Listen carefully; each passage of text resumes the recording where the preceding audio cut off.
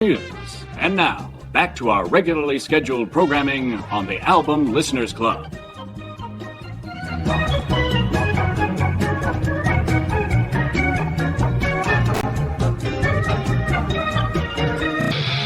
riff? It's like a chainsaw in space. Totally shreds. And the solo hasn't even started yet. Wait for it, wait for it. Air drums! Yes! Metal horns up! Here comes the solo! Burn it up, time to fuse, feel the fire ignite! Friday night metal, thunder in the blood tonight! Raise your glass, Friday night metal, lighting up the sky! Screaming out loud, we were born to fly! Sparks in a flash, we own! All right, welcome to the Album Listeners Club. Yeah, it's Friday night metal. Actually, it's going to be just, tonight's going to be Friday night. Well, there'll be some metal, but there's also just going to be another influential album. This is actually two influential albums of 1982. Some pretty big albums by a couple bands here. The first one I'm going to show is the metal album, Iron Maiden, Number of the Beast. Yeah, it came out in 1982. It was the third album by the English heavy metal band Iron Maiden. It was released on March 22nd, 1982 in the US, and on March 29th in the UK. And this album was the first to feature Bruce Dickinson on the vocals, and their last with their drummer Clive Burr before Nickel McBrain came into the picture. So I'll just show you inner sleeve of this one, lyric sheet. This is a Canadian copy, and so we got Number of the Beast. The label flip side got an awesome picture of Eddie. So yeah, this was a pretty influential album and put Iron Maiden on the map. And it says here, I just got some notes. The Number of the Beast was met with critical and commercial success and became the band's first album to top the UK album charts and reach the top 40 in the US Billboard 200. Lots of singles on here. Of course, we got 22 Acacia Avenue, Number of the Beast, Run to the Hills, Hallowed Be Thy Name.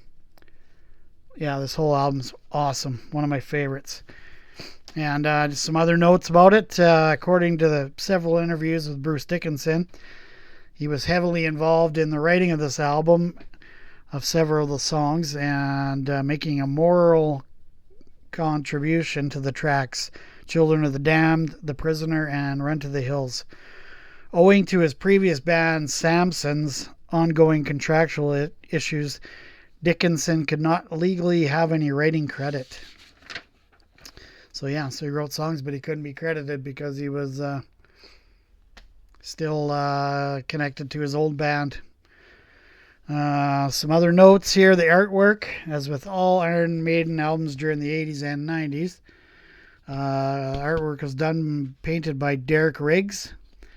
And this cover was originally, I didn't know this till I was doing some research. Cover was originally created for the song Purgatory, but their manager, Ron Smallwood, deemed it was too high a caliber for the release of just a mere single, and he decided to save it for Number of the Beast. It is a pretty awesome album. And another thing, when it came out, the original artwork includes a blue sky in the background, as you can see. This was a mistake by the printers of the cover, and it was corrected to black when the album was remastered for compact disc in 1998. So yeah, you can see here it's kind of blue sky. On the re-thing, it's all black. Looks more ominous. Yeah, and just some other facts here. Just flip through the notes here. I'll just go to certifications here. So this album, it reached triple platinum in Canada, which is 300,000 in sales, which seems kind of low. I thought it'd be like in the millions, but so it reached triple platinum in Canada. Australia, it reached platinum with 50,000.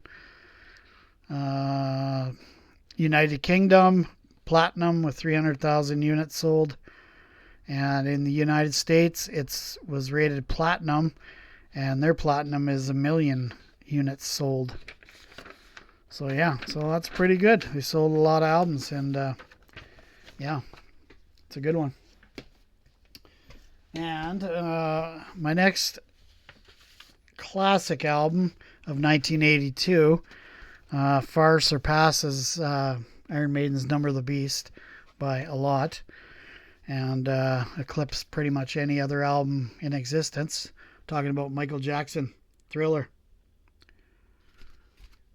There's the back. Here's my copy. This isn't an original. It's a reissue, but it's a pretty old copy. So here's the inner sleeve, or the inner gatefold. Classic. Got it's an all-around good album. You got Wanna Be Starting Something, Baby Be Mine, Girl Is Mine with Paul McCartney. Of course, we got Thriller, Beat It, Billie Jean, Human Nature, PYT, Pretty Young Thing, and The Lady Is In My Life. So anyways, some notes. Oh, maybe I'll just show you the album too. Here's the inner lyric sheet. If I can get it out here. Just inner lyrics and some doodles. Of course, the album is on Epic Records. Here's my copy. Got it in plastic wrap. And yeah, got a lot of notes for this one. So it says here, Thriller is the 6th studio album by Michael Jackson. It was released on November 29th, 1982 on Epic Records.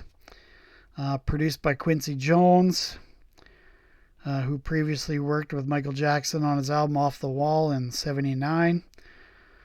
Had a budget of $750,000, which is equivalent to $2.5 million in 2025 dollars. With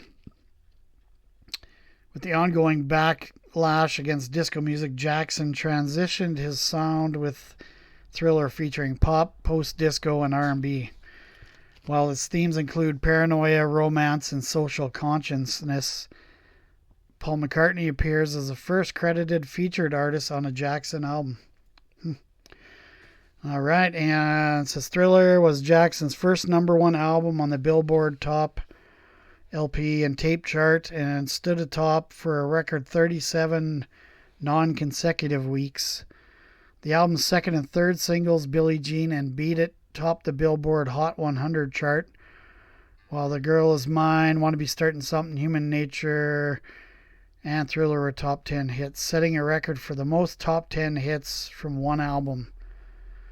Sales of Thriller surged after Jackson debuted his signature moonwalk dance in Motown 25, and the Thriller music video premiered on MTV, and by early 1984 it became the best-selling album of all time, with sales of over 30 million copies.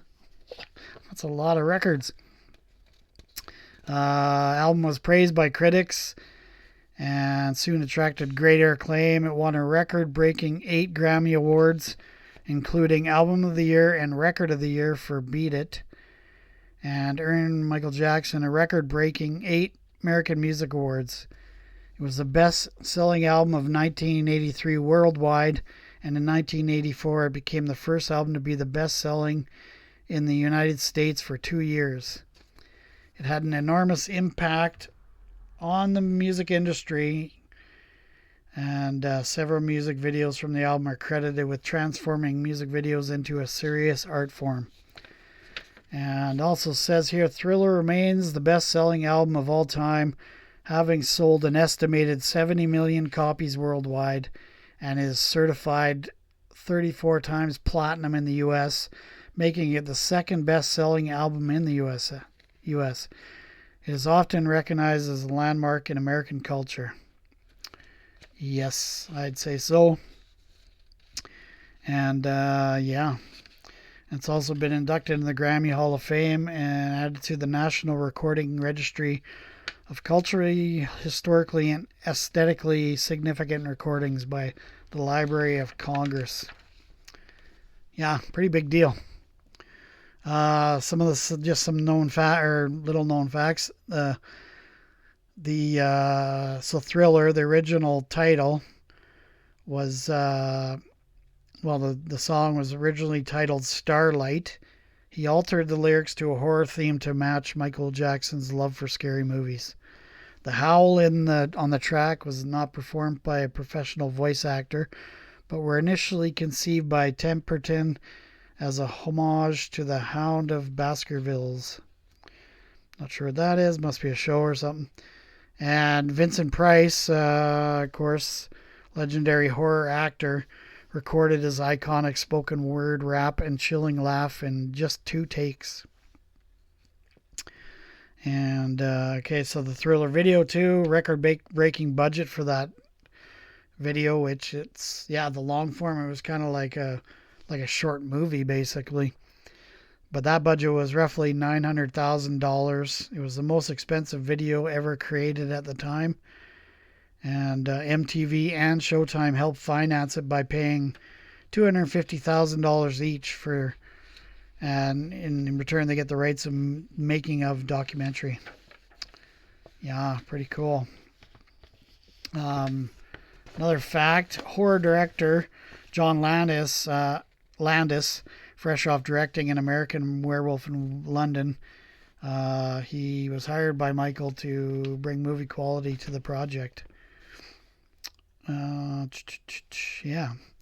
And basically, yeah, it's an iconic album. And just some of the stats here. In Canada, it went 3 times diamond. So it sold 3 million copies in Canada.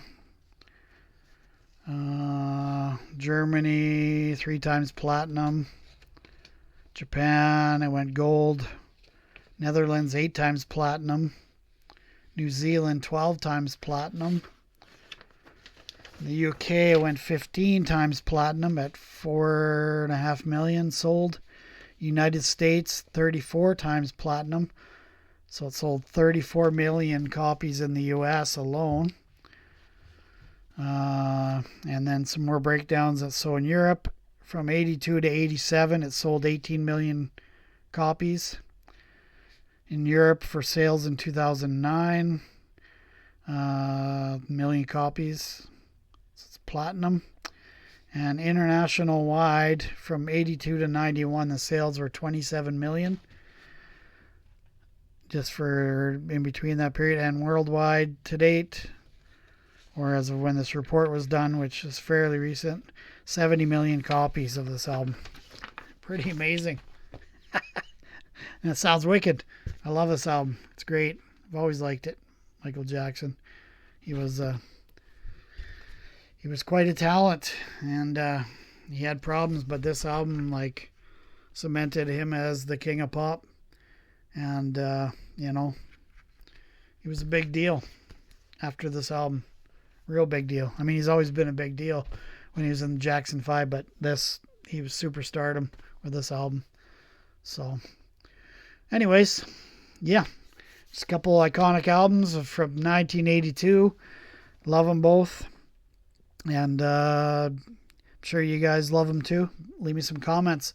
Let me know what you think of either albums or both.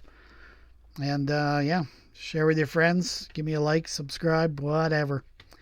We'll talk to you later next Friday. Okay, bye-bye.